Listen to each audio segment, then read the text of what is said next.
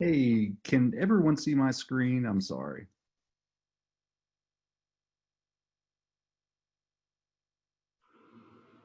Yes. Thank you so much.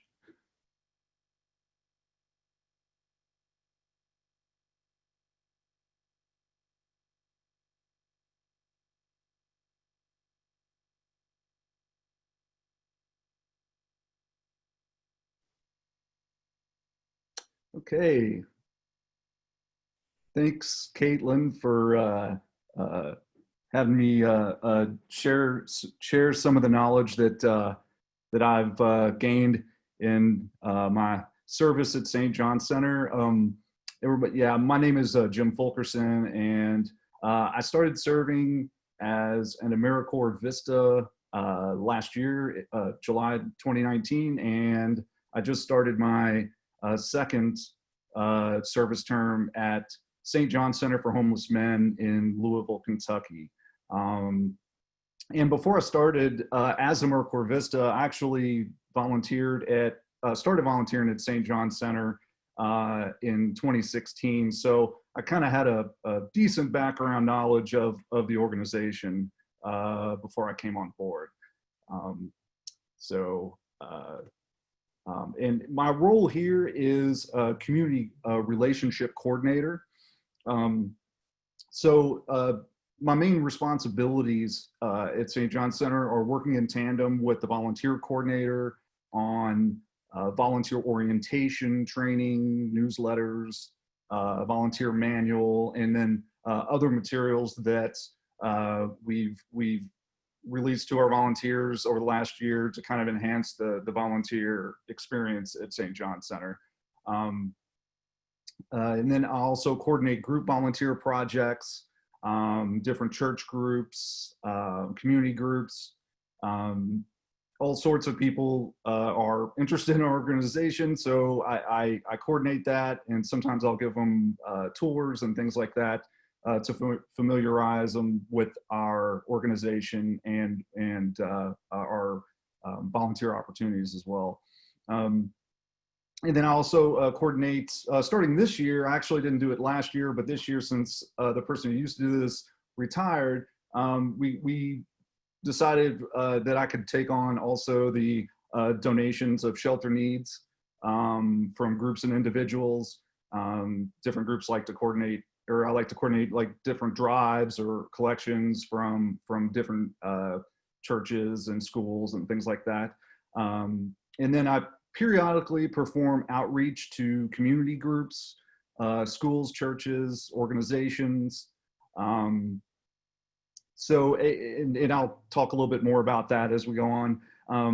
I do tours for prospective and current supporters, schools and organizations and church groups. So outside of COVID, of course, there's a lot of changes in the last few months, and tours is one of the things that we've really had to scale back, and actually we postponed them for a while, and now we're open to doing them again, but in a very limited capacity outside of normal operation hours to allow for social distancing and things like that. So, and then I also handle marketing, all print and web media, and our social media feeds. And I actually had a background doing that before I came on as a VISTA, mostly in web design and web development. So social media was kind of new to me. I'd never done that part of it. So it's been a great learning experience. And of course, I'll talk a little bit about that too, as it relates to volunteerism at your organization. So a snapshot of volunteerism at St. John Center: we heavily rely on volunteers. St. John Center opened up in 1986, and pretty much since it's started, it has relied heavily on volunteers. So we have about, outside of COVID, that is, and we have been rolling back or bringing back volunteers on a limited basis, but outside of COVID, we typically have 17 two-hour volunteer shifts per day. And that is all done by volunteers who, the two-hour shifts really make it accessible and flexible for people. And then the different positions that we typically they work at 4 different stations, sign in, they'll sign in shelter guests and give them things they need like socks or things like that, hygiene products.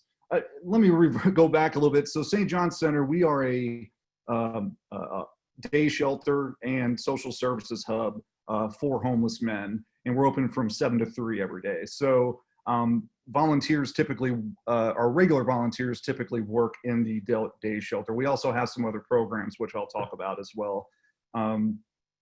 Then volunteers also answer phones, hand out mail, serve coffee outside of COVID. That's one of the services that we had to roll back for safety.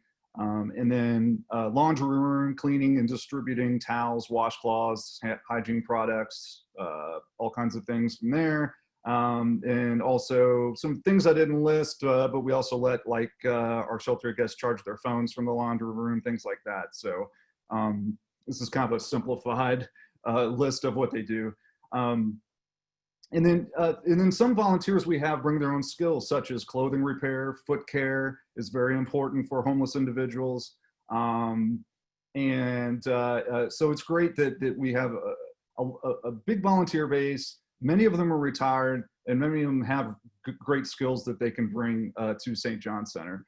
And then group volunteerism typically includes things like cleaning projects, painting, moving items, and then we have groups like maybe nursing school students from Bellarmine University here in Louisville, or U of L nursing students come in, and they can do like things like blood pressure readings and things like that for our shelter guests. Also, that is pretty much on hold right now until the spring semester at the earliest because of COVID. And our volunteers are very diverse at St. John's Center. And as I said, many are retired and they have that extra time that they dedicate to our organization. So a big thing that I've learned being a VISTA in the last year at St. John's Center are that volunteers are often more than only volunteers. So volunteers can be great advocates for the work that your service site does. They have an inside view of your organization, and they can really be a good way to get word of mouth out to the community about the work that your service site does. They're also often financial supporters of the organization. A huge proportion of our volunteers at St. John's Center are financial supporters. And then they also, many of them contribute needed items at our service site as well. And as I said, they can lend valuable work skills to your service site. I will talk some about COVID because that does affect a lot of that. So it's a good time to like get creative and see the ways that volunteers can lend help offsite or in other ways. So St. John's Center, at St. John's Center, we have a volunteer orientation that's we hold once a month. And on the left there, you can see that's a typical social media post that we'll put out to promote it. We typically have it on at the same time every month. We had to hold off for a while with COVID, and now we've resumed them again, albeit with some precautions in place. So social media, obviously, it's a great platform to promote and also encourage. And I appended a little note on there. It says tag a friend who would be a great fit at St. John's Center. And we actually do get a lot of individuals who come to our orientation just from sharing on social media, or I'll have somebody say, hey, I signed up, but now I've got a friend who, wants to sign up. So they'll get a lot of word of mouth involvement for you, even people who haven't started volunteering yet.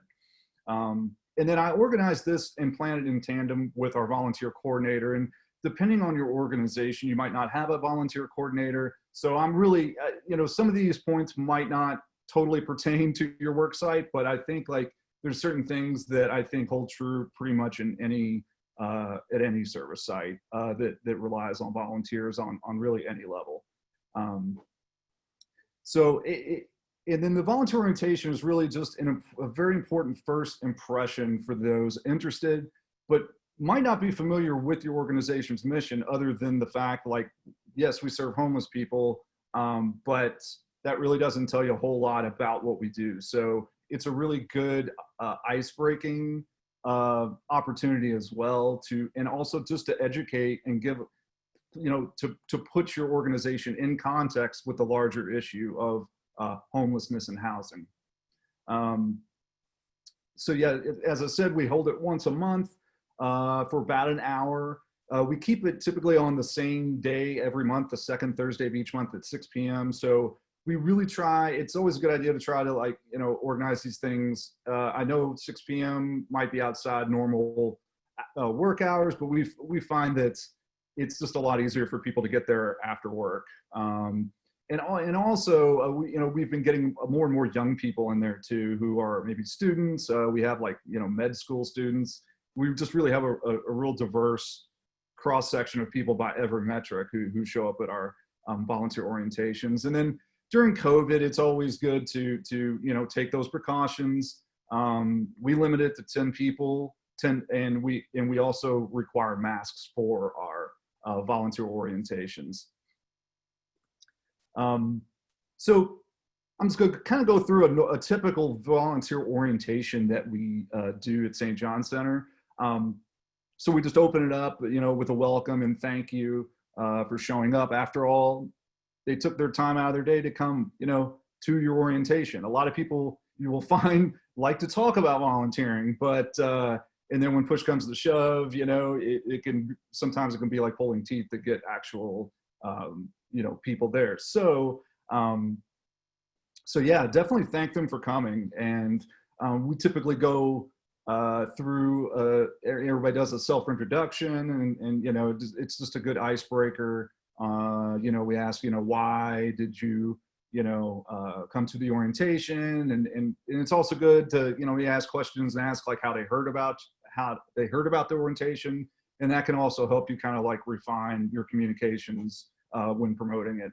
And then we give an overview of the history of our organization and the overarching goals. So, the overarching goal at St. John Center is to end homelessness. I mean, like, we are a day shelter, and meeting the immediate needs of the men that come into our shelter is highly important, but really we want to connect them to social services at the day shelter, such as our employment specialists and our housing counselors, and things like that, just to get them on the road to housing. And we're willing to meet them wherever they are for that. So we definitely explain that and talk to them and give them a familiarization of the way that we do that. So we'll talk about our three main program areas at St. John Center, which are street outreach, the day shelter, and permanent supportive housing. And being a volunteer first and then coming on as a VISTA kind of gave me a really unique view from both sides, so to speak. It's given me ideas, and I felt like that I knew areas right away where we could improve the volunteer experience at St. John Center, and I'll talk a little bit about that as well. And our philosophy as an organization, we'll go into that. The fact we're a low barrier shelter. We practice harm reduction, especially our outreach team, gets people to, methadone clinics, things like that, or substance abuse treatment, mental health treatment, things like that. We're a housing first organization. So we believe that, that the people we serve need a stability of the stability of the day shelter, and then of course stability of a home to move forward. And then also we believe housing is a right, and we practice trauma-informed care and de-escalation. Obviously, homelessness is a very traumatic thing, and so many social issues intersect at homelessness. So we really talk to the prospective volunteers about that too, and just kind of give them a top level view of homelessness in the Louisville area. And then we familiarize as I said, with the larger homeless population in our community, talk about maybe some of who our partners are, and then we go into the volunteer positions, explain, you know, what that entails, just a top level view for the orientation, because we have other training materials that we steer them towards later, which I'll also talk about. We distribute our volunteer manual and a link to the volunteer hub, which we created to make accessing materials as easy as possible. We review all of our policies with them, especially our confidentiality policy. Depending on your organization, I'm sure many that serve homeless individuals or people just serving poverty in general, we definitely take confidentiality very seriously at St. John's Center. So it's really important for them to go over the confidentiality policy, let them know, you know, you can't like take selfies or pictures or, you know, share anybody's name. We take that very seriously. And then of course, safety, sexual harassment policy, things like that. And then we ask for a signature that verifies that they understand our policies and agree to abide by them. And then we just kind of have a Q&A session, and a lot of them tend to have a lot of questions, and it kind of picks their interest, you know. They usually come up with really good questions by the end of the orientation. And then what's really important is getting that to action, right? Transferring that to actual coming in and volunteering. So we really try to schedule a day at the orientation for each person to come in and shadow an active volunteer who's already experienced it at St. John's Center. And that's really important to get that conversion to engagement. So at the volunteer orientation, of course, we distribute volunteer manuals. We don't really do it in paper now, since we have a centralized place for them to download it. The volunteer manual itself has been a great project for me in my first service term, because the other one was kind of convoluted. It wasn't easy to understand. And we felt like we just needed a more kind of standardized and regularly updated volunteer manual for our volunteers. So volunteer manual can be a great project for you to improve the volunteer experience at your service site. It keeps everybody on the same page. And it's especially true as you, as a VISTA, are growing your organization's capacity for volunteerism. And then it's also a good opportunity to articulate the value of those volunteers to the organization. So as you can see, we have a tribute to our volunteers right at the beginning of our volunteer manual. And then the volunteer manual also has things like directories for all the staff, and we keep that updated as well, things like that. So as well, we do a volunteer newsletter, and when I came on site as a VISTA, our regular volunteer newsletters were kind of dated. They were basically doing them on a Word document and then handing them out to volunteers, and then some of them were preferred to have them emailed to them, and it was just kind of got cumbersome. And you know, so as a VISTA, I worked in tandem with our volunteer coordinator to kind of retool and redesign our volunteer newsletter, make it as effective as possible, and also turn it to an e-newsletter. So, you know, regular volunteer newsletters are highly effective in keeping them engaged, informed, and a way to show appreciation for their work for your organization. And then the e-newsletter is way better in respect to linking them to scheduling and different volunteer sources, and you know, as well as news about, you know, maybe policy changes that will affect volunteers, but also news about like newly housed guests, important events, things like that. That really keeps them focused on the bigger picture, and that's really what we like to do, is like show them the progress that's happening at St. John's Center. That really keeps them engaged and excited about knowing that, you know, keep them tied to that bigger goal of ending homelessness. So yeah, stories about mission successes of our service site definitely inspire engagement within our volunteer community. And then at the bottom of each volunteer newsletter, we like to also include a list of needed items and we include this in every issue. Volunteers, as I pointed out at the beginning, can be huge contributors for needed items. Depending on the size of your organization, this is probably going to vary, but we've found that volunteers are some of our biggest in-kind need donors. Profiles of volunteers also encourage engagement. So sometimes we'll run a profile of maybe a new volunteer that just came on board, or maybe a volunteer that's been there for 15 years. But it just kind of helps give a sense of community.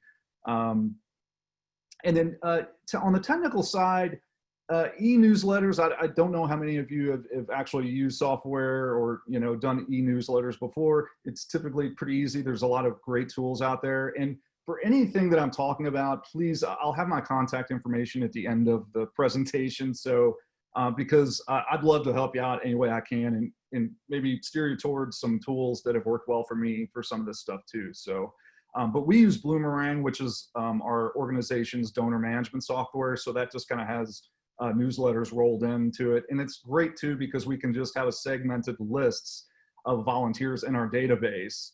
And then we just, send it all out at one time, or any other mass email communications we might have. But if you don't have like donor management software at your organization, if it's a smaller one, or maybe it doesn't have that capacity, like email services like MailChimp or Constant Contact are also a great alternative to that. And I think MailChimp is free for, I don't know, it probably depends on how many people you're sending to, but if it's not a lot of people, I believe there's also some free tools for that. So the VISTA at St. John Center, which is me, for example, I'll receive all the newsletter content from our volunteer coordinator, our executive director, and other staff, such as our development director, who is my direct supervisor. So it's good to plan ahead. We usually get this out by the 7th of each month. I'll send out an email to staff maybe 5 or 6 days ahead of time for any articles or pieces that they want included into the newsletter. And then we also include like interesting info just to kind of keep your volunteers, knowledgeable about data from your organization. So we'll do something like called the number of the month every month, and we'll put at the bottom, and it'll be something like number of the month 37 people were housed in August, or something like that. And it's another good way just to keep people motivated and engaged with your organization, so they can see the awesome work that your organization is doing. So coming on as a VISTA as well, one of the first things that I wanted to do and went through with my supervisor out of the gate was streamlining the volunteer experience, which I really thought capacity building, this is something that our organization can use definitely, because everything was so fragmented, like volunteer materials, things like that. You had to go different places to get it, or you had to come in, they give you like a paper sheet. It was very confusing at times. So what I set out to do was, along with the website redesign, was create a volunteer hub on our website where volunteers could just sign in. And by the way, our website is it's a WordPress website. So there are all kinds of tools and plugins on WordPress that you can use, as well as like linked to external sources. So, but simplifying these processes, such as scheduling, distributing materials, trainings, things like that, really having one centralized place to do that really makes a difference. It makes managing and coordinating volunteers easier, increasing the capacity of your service site. So we're always building on to it, but right now we're in the process of creating a series of 4 different training videos for volunteers, which will, actually excellent during COVID when people, can't be in as often, but they can, our volunteers who are kind of holding off until they, kind of weather the storm. It's great to have these kind of materials for them at home that they can still kind of watch and, know about what's going on in our new protocols and things like that related to COVID, but also just protocol in general for the different volunteer stations. So we're going to do like 4 volunteer training videos. We finished 2 already, and then we're going to upload them onto our volunteer hub for our volunteers to be able to steer our new volunteers to it. And then also on there, we have like a new volunteer form. It's just like an informational form that we steer them to. And they can always download the latest version of our volunteer handbook. So anytime we change our volunteer handbook, I can just upload it right here. We can shoot out an email in the next newsletter to say, hey, the new one's up. So please download that at the volunteer hub. So,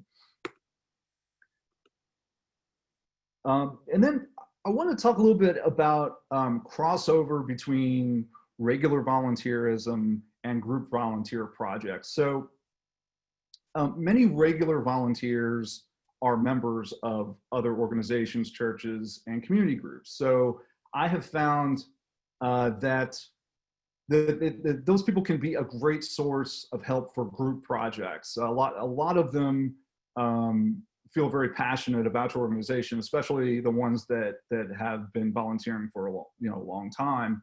And so they're a wonderful source for bringing in not only groups, but regular volunteers, donors, and general just advocates for your organization.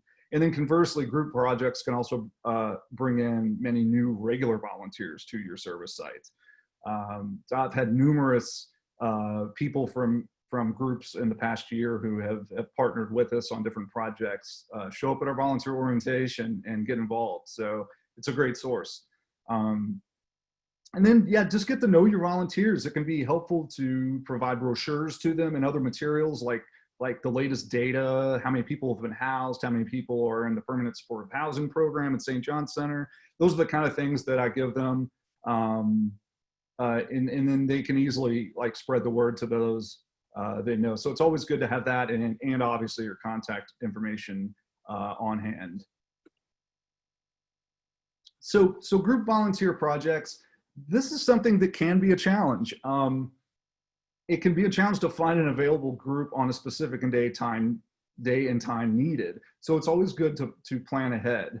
When I came on at my service site, we were in the midst of a remodel. So a lot of our staff had moved off-site, and we needed a volunteer group to help move tons of furniture, tons of files, things like that, from the temporary off-site location back to our main location. So it sometimes can be a challenge to do that.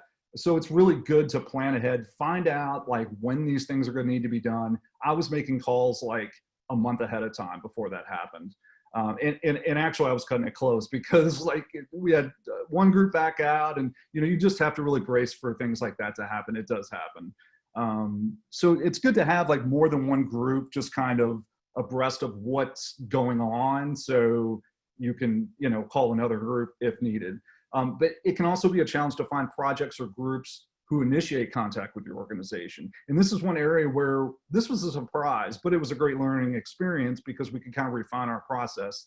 A lot of different churches, community groups, workplaces, they have a specific day and time of availability for projects, such as a planned day of service. So I will routinely, and obviously not as much during COVID, but in the last year, I've had many community groups and churches call and say, hey, we have a day of service on, this day from, I don't know, like 12 p.m. to 3 p.m. on this Thursday, and it's like, okay, what can you get? Like, what can we do for you?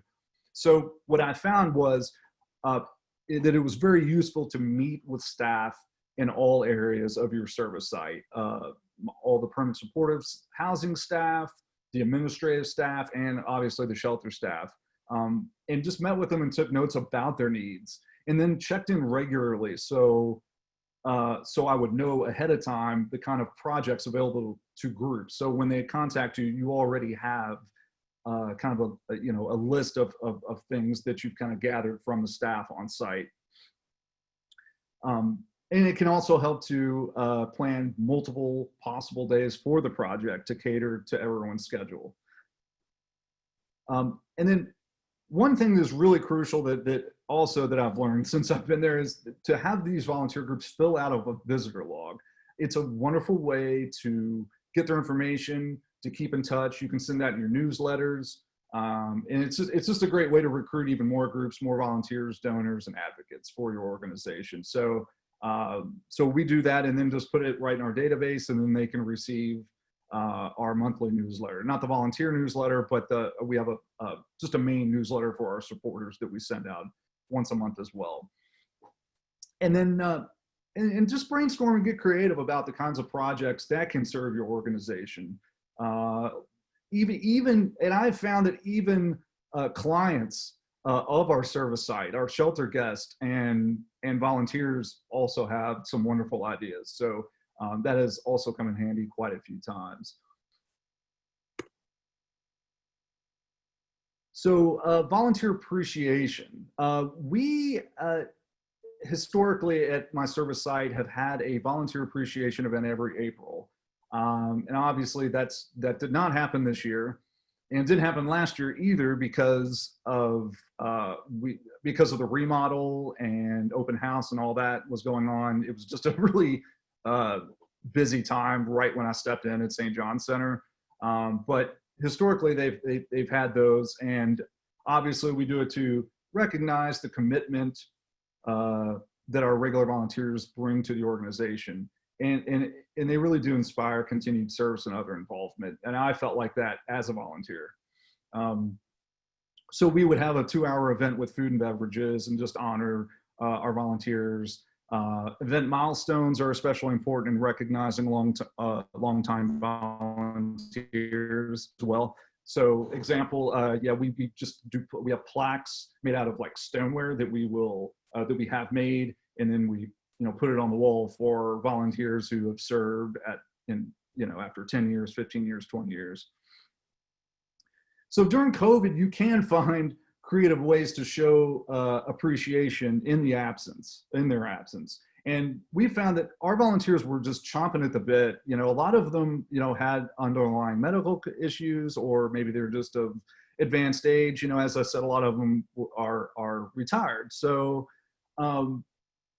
being that we did suspend all volunteer service for about 6 weeks, we profiled them on social media throughout April. So we would do a post every other day of a volunteer, use a quote from them, and then we also sent out gift bags and kind of made volunteer appreciation the whole centerpiece of not only our April volunteer newsletter, but our main newsletter that goes out to our supporters, and as well as our print newsletter.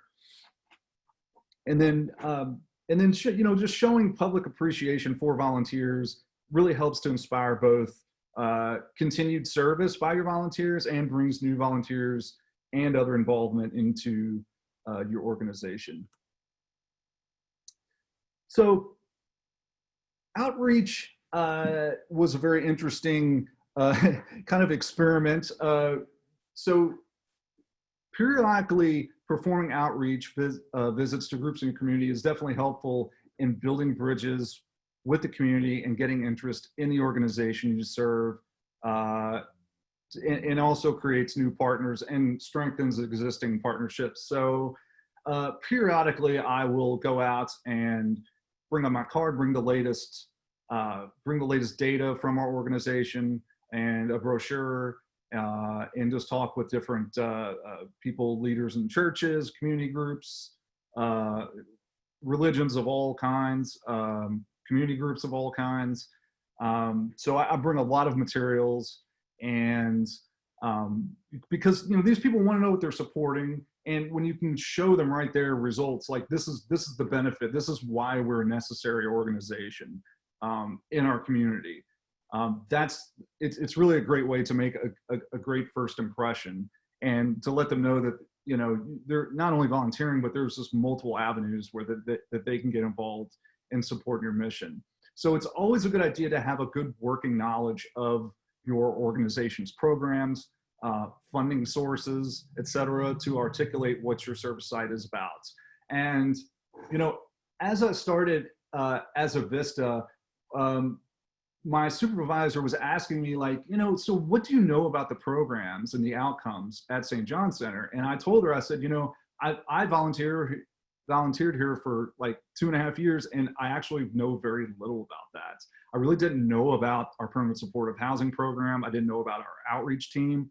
So that was really a good opportunity for us to refine the kind of materials that we give not only to our regular volunteers, but also people in churches and places like that we perform outreach to. And it really does help also in and this does have to do with outreach, but I just kind of want to pivot back to regular volunteers with that. In regards to that, we also created documents that not only talk about the programs, but like who to call for what. So like, because I really didn't understand as a volunteer, like if somebody comes in and says, hey, I need a caseworker, well, like I really didn't know what that meant, like as far as which caseworker, you know, like a housing counselor, employment. So we created a document to kind of increase the efficiency of our volunteers to get our clients to where they need to go as quickly as possible. So, so yeah, sorry, I wanted to pivot back to that because I forgot to mention that. And then, so if it's difficult to get a time and day to go out and do outreach, it's always good that, you know, still give them your contact information over the phone or email, and then invite them for a tour on site. We've had to scale back tours, but we're starting to ramp those up again. We're just doing them in a smaller capacity, and also doing them in a smaller, outside of hours, smaller group. Everybody's masked, so it's starting to work again. I don't know, you know, what the future holds and how long we'll be able to do it, but I really have enjoyed doing group tours. And it's also a great way, just when you're practicing for the tours, to like learn about your organization and you know, the data and the funding sources and things like that. So, and then obviously existing supporters of your organization are also a great way to find new groups for outreach. So going into more about COVID, and this definitely holds true at my service site. As I said, you know, a lot of our existing volunteers have been retired. Some of them have underlying medical issues. So, and obviously they're going to be hesitant about regular volunteerism or even group projects in a lot of cases, based on their personal circumstances. So ideally, your site does have good protocols in place for dealing with COVID, such as mask requirements and other PPE, ample social distancing, shields and barriers. And actually, we had to lower our day shelter by our census in our day shelter. We had to lower that by about 70% just to keep it so we could have ample social distancing. And then we just rotate our shelter guests. So it's always good to communicate that to prospective supporters and volunteers, that your site has good protocols in place. I've had many people come to our orientation since we started them up again, and that's one of the first things they've been asking. So it's good to know also just the policies and protocols that your organization has in place, so you can put them at ease about, and at least educate them about that. And then they can make an informed decision on whether volunteering during COVID is a good idea or not. So it's good to think about your volunteers and what they're comfortable with. And you know, this is, as I said, a good time to be creative. You know, we've had some that want to contribute in different ways. Off-site doing office work possibly, or on-site doing office work outside of normal operation hours. A lot of them have wanted to transfer their work for our organization to doing like drives for needed items, or things like that. Or we've had groups of volunteers come out and mow some grass on our property, things like that. So there are other ways that they can get involved, and you know, it's good to just kind of get a feel for what people are comfortable with during COVID. So the challenges you're going to find that I've definitely found early on was going back to the volunteer groups. And you know, we thought that coming into my service year, really thought that, okay, we're going to get, you know, all kinds of groups involved with all this stuff that needs to be done here. And what we found was that we didn't have as many needs right out of the gate as we thought for groups coming in, aside from like the moving and things like that, all the chaos when I first came on site. But so finding volunteer groups needed for projects on specific days can be a challenge sometimes. Obviously, when you have a specific day or they have a specific day they can serve. So really, the more connections and outreach you make, the more people you have to lean on for help. And I guess this is redundant, but yes, it can also be a challenge to find groups or projects for groups on a specific service day. So kind of reiterating what I was saying earlier, it can be very helpful to talk with staff regularly about their needs, really just to more effectively coordinate. And then you can kind of keep a list and a spreadsheet of people you've contacted, all their contact information. And then if you're just starting, you know, as I said, it was really helpful for me to talk to all the staff and get to know their needs from all the areas of the service site. So what I did was just that. Didn't find as many projects as we thought we would find from the staff. So I really refocused on inviting groups who either came to us or groups that I was reaching out to our volunteer orientation. And we have gotten a good deal of crossover to regular volunteerism that way. Now, obviously, like St. John Center, we have 17 volunteer shifts per day. So your service site might not even have close to that. So I understand that's probably going to vary from site to site. And then also who will supervise the project, right? So some sites don't have dedicated staff to do this. So talk with your staff and definitely about your supervisor as well about how you'll proceed with that. Right now, we're actually looking for a new plant manager for our organization because the other one went and became a social worker with us. So we really don't have somebody right now to supervise these projects. So it is a little bit of a dilemma that we're kind of working through. So it's just a good thing to think about. And then definitely don't be afraid to approach your supervisor about your challenges. I mean, like my supervisor has been uber supportive about everything and really is open to new ideas, how to approach your challenges. I mean, that's what your supervisor is there for. And so don't be afraid to like lean on them for advice or, you know, working through problems. And then obviously Caitlin and Holly have been immensely helpful as well. So that's been awesome. And then leaving time for self-care obviously can, you know, stimulate creativity. When I'm anxious, when I'm not taking care of myself, it really shuts off creativity. So self-care really lets you have time to relax, look at challenges in new ways, and just kind of see things from a new angle.